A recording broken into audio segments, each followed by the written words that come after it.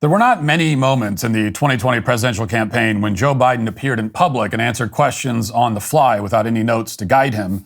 To the extent Biden did sit for interviews, he only talked with friendly outlets that went out of their way to help him answer their questions. But despite that assistance, sometimes things still went very wrong. And one of the more notable debacles came in January of 2020 when Biden participated in an election forum at Vice. Biden was asked how he would change the culture at ICE, or Immigration and Customs Enforcement. His answer involved the usual angry yelling and finger pointing, but the substance of what Biden said was so bizarre that it actually left the Vice interviewers speechless. Let's watch that again. What exact changes would you bring to ICE as an agency? I would hold ICE agents accountable if, in fact, they stepped over my executive orders, which is no arrest of anyone outside of their school. Look at one of the things that's happening is, particularly for Latino and Hispanic kids, is the incredible pressure on them in terms of their sense of security. They go off to school wondering whether when mom comes and picks them up, is she not going to be there because an ICE agent was there to arrest her? Or she takes them to the doctor, that she's going to not be there because she is, quote, undocumented, and an ICE agent is going to pick them up. So how do you change the culture? You change the culture by saying you're going to get fired. You're fired if, in fact, you do that. You only arrest for the purpose of dealing with a felony that's committed, and I don't count drunk driving as a felony.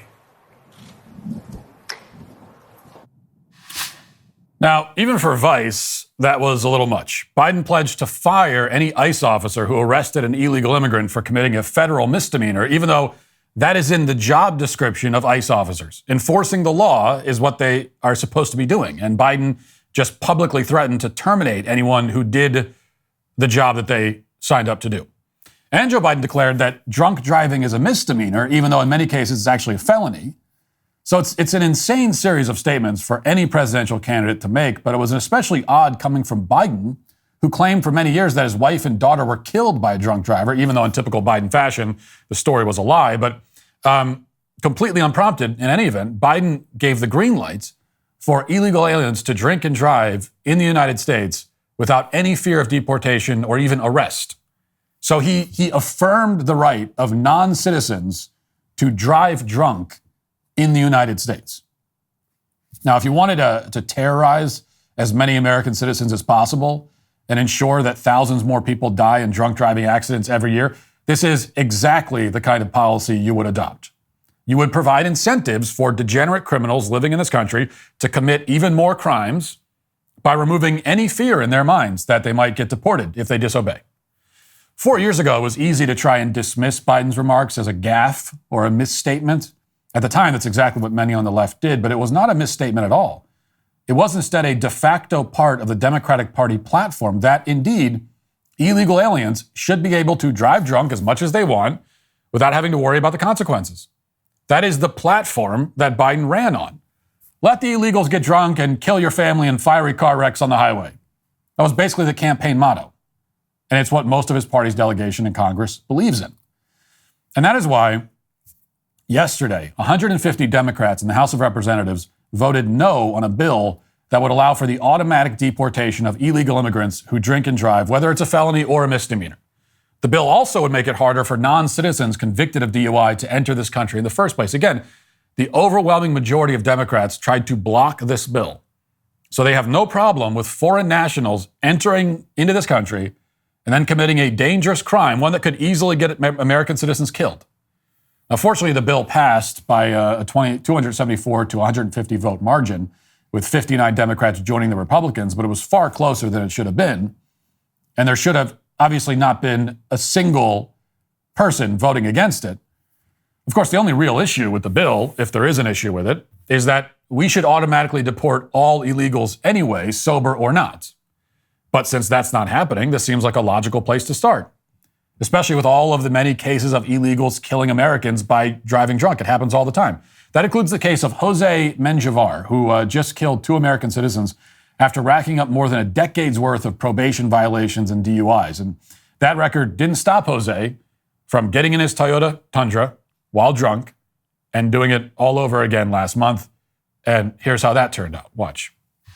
Driver accused of killing a mother and son near Broomfield High School has a long history of drinking and driving. Our Sean Boyd has been digging into this case. She is live right now. So, Sean, you have learned that the suspect went before a judge in Boulder just days before this crash. And, Alan, he pled guilty to drunk driving on 2 separate occasions, on top of 3 prior drinking and driving related convictions, multiple probation violations, and failing to appear in court repeatedly. Despite all that, he walked out of here on December 8th, and 4 days later got behind the wheel while drunk, according to investigators, and killed a Broomfield mother and her son. Court records show Jose Mengiar Alice has a history of drunk driving dating back to 2007. He has 4 convictions in Boulder County alone. Again and again, he's been put on probation, and again, he's violated it, continuing to drink and drive until his next arrest. In each case, he's been released on no or low bond, failed to reappear for his hearing, and a warrant has been issued for his arrest. That may explain why he didn't face sentencing for 2 DUI cases from 2016 and 2019 until this month.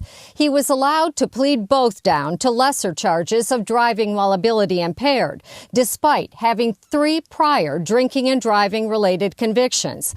A Boulder County judge sentenced him to probation, community service, and work release.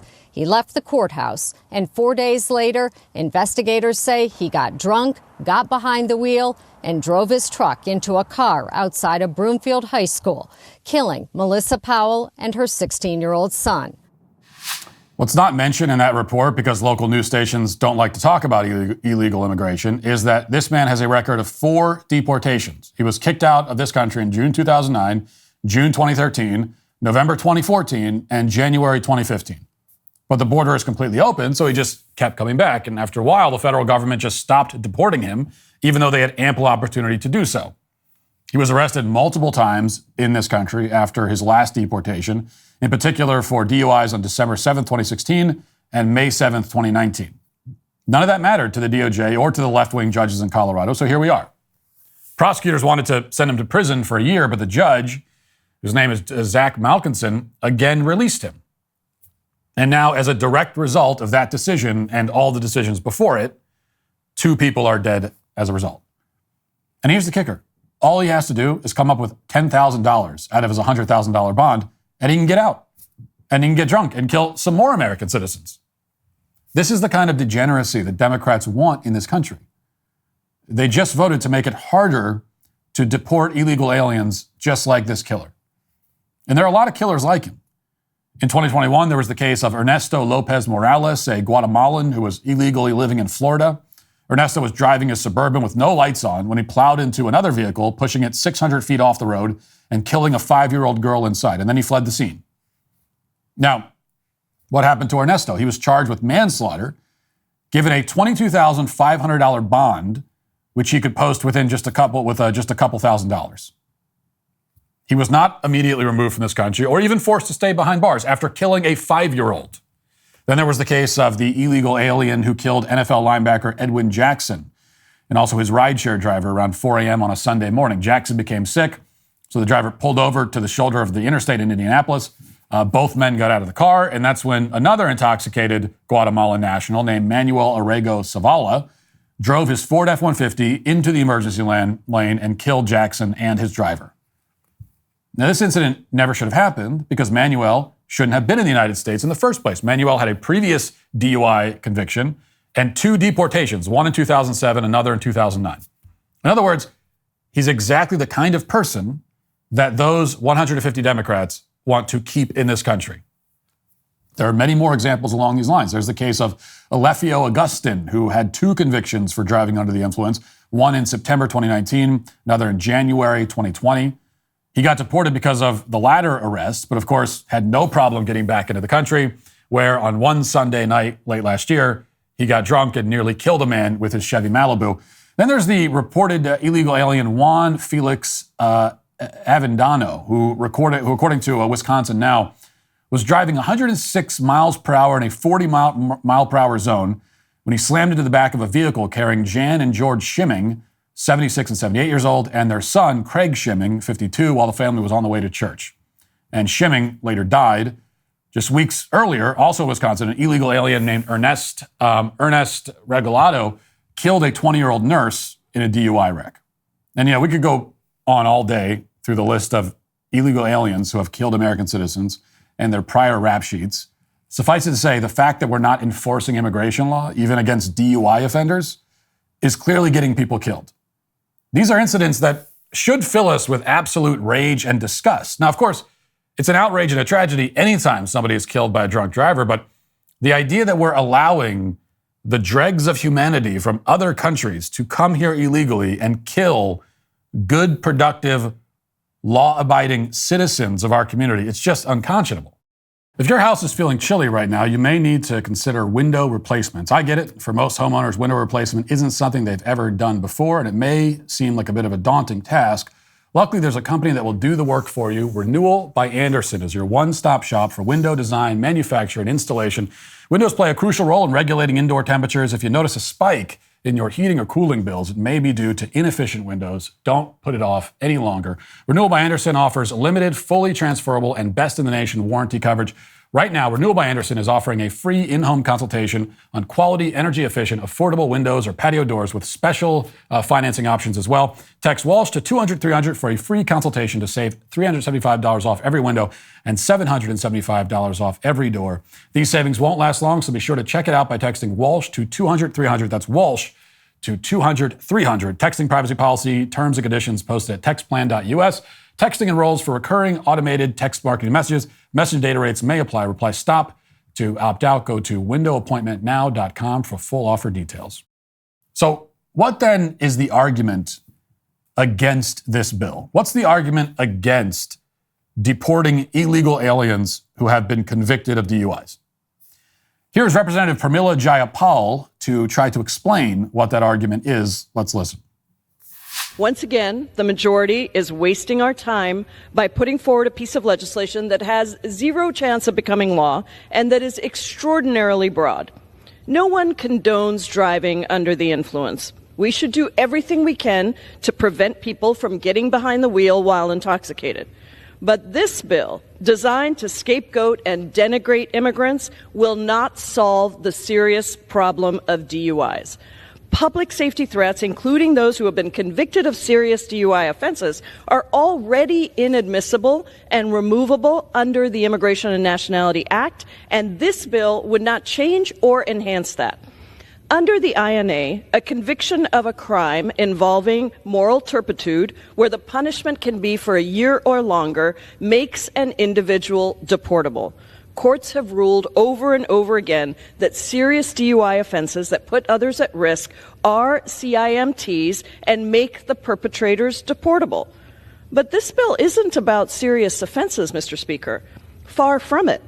The bill says that a conviction for a single DUI offense, misdemeanor or felony, makes you instantly deportable, and an admission to such an offense makes you instantly inadmissible. No questions asked. I can understand maybe the appeal of something that sounds like a zero tolerance policy. But let me tell you, Mr. Speaker, if we had that kind of policy here in the House of Representatives, there would be several members that would not be members of this chamber. So the last part there is a complete non sequitur, of course. Whether lawmakers have driven drunk is irrelevant because we're talking about a bill that applies to illegal aliens, people who have already violated the law and who have no legal right to be in this country and then commit another crime on top of that. So it's not clear why she's suggesting that some members of Congress would be affected by this legislation in any way, unless she's admitting something about the immigration status of one of her colleagues, which isn't that hard to imagine, actually. And I will say that if there are any illegal alien congressmen or women, I absolutely am in favor of deporting them immediately. And no need to wait for them to drive drunk. So that should solve that. In fact, actually, I'm in favor of deporting 95% of Congress, even if they're citizens. So we could talk about that. That's a separate piece of legislation we could work on. But the crux of Jayapal's argument is that she doesn't condone DUI, and she thinks that we should do everything we can to prevent people from driving while intoxicated. But at the same time, She opposes the bill because it's broad and it, quote, scapegoats and denigrates immigrants. Specifically, Jayapal complains that this bill doesn't focus only on serious offenses and instead would make an immigrant instantly deportable for any DUI offense at all. Now, reasonable people see that part of this bill as a feature, not a bug. The only difference between a serious DUI and one that Jayapal and apparently Biden don't deem serious is that nobody was hurt or killed by the non-serious one. But that's only a matter of luck. Okay, the reason why it's bad to get behind the wheel when you're drunk is that you could kill someone or yourself or multiple people, even if in most cases it doesn't end that way. Everybody who commits a DUI is putting lives at risk, whether they actually kill somebody or not. And an illegal immigrant should be given zero latitude to put American lives at risk at all, under any circumstance and to any degree. So these are not exactly strong arguments so far, but she keeps going, so let's keep listening. Moreover, by including every single type of DUI offense, this bill would make someone deportable for not driving under the influence. That's because states have a wide variety of opinions on what is a DUI. For example, Arizona's DUI statute allows people to be charged with a DUI if they are intoxicated and have, quote, physical control of their vehicle. The Ninth Circuit found that the breadth of this statute means that, and I'm quoting here, one may be convicted under it for sitting in one's own car, in one's own driveway, with the key in the ignition and a bottle of beer in one's hand, end quote. Because of this, the Ninth Circuit determined that a conviction under this statute was insufficient to count as a deportable offense. As the court put it, drunken driving is despicable. Having physical control of a car while drinking is not. Their words, not mine. As many places across the country experienced cold spells in the last week or so, there are states that would allow prosecution of someone simply if they were sitting in their car with the heat on while inebriated, even if it was in their own driveway. Nothing about that made any sense. I'm starting to think that maybe she herself was drunk while delivering that speech, so maybe she's a little bit biased.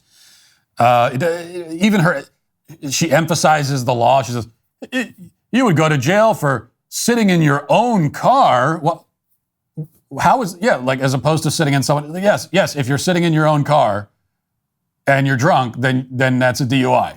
Is that supposed to be shocking? So here she spends a long time complaining that some states consider it a DUI if you're sitting in a parked car, in your own car, with a key in the ignition, drinking alcohol but not driving. And Jayapal apparently considers it absurd to criminalize that kind of behavior because the most liberal appellate court in the country says so. She also seems to think that the cold temperature might necessitate somebody sitting in the car while they drink a beer. I'm not sure I follow that logic. How does that excuse work? Well, sorry, officer, I'm just sitting here chugging this beer in my car with the key in the ignition because it's cold outside. So it's an interesting argument because, as we saw, Jayapal herself just said that we should do everything we can to prevent people from driving drunk. But apparently doing everything we can to prevent people from driving drunk does not include arresting them before they start driving. So we got to wait for the intoxicated person to actually start driving the 4,000-pound hunk of metal down the road and through a neighborhood before we arrest them, according to this logic. But it seems to me that there couldn't possibly be any valid reason for a person to sit in the driver's seat with the key in the ignition while inebriated. Like, it's a very safe assumption that their intention is to drive. And we often arrest people for attempting to do things, even if they have not done the thing yet. Take attempted murder, for example. If you take overt steps towards killing someone, but you don't, you still go to prison for a very long time. And by the same token, if you take overt steps towards drunk driving, like getting drunk and then getting in a car and putting a key in the ignition, then you should go to prison. And if you're an illegal alien, you should be deported. But really, this is a moot point because there's a very simple answer to the question of how much leeway should we give illegal immigrants who are already committing a crime just by being in this country in the first place. The answer is they deserve no leeway and no leniency whatsoever, whether they're driving drunk or not. They should all be deported if they're in this country, and they should be barred from entering if they're not. Right now, though, a lot of Republicans seem to disagree with that. They're close to agreeing to a border deal with the Biden administration that would still permit thousands of illegals to enter this country every day. And here's their reasoning behind that.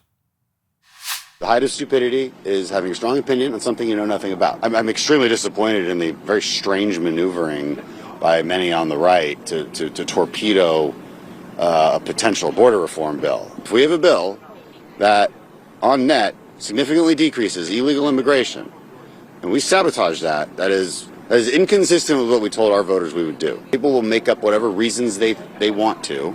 There's a number of them, I'm sure. But it would be a pretty unacceptable dereliction of your duty.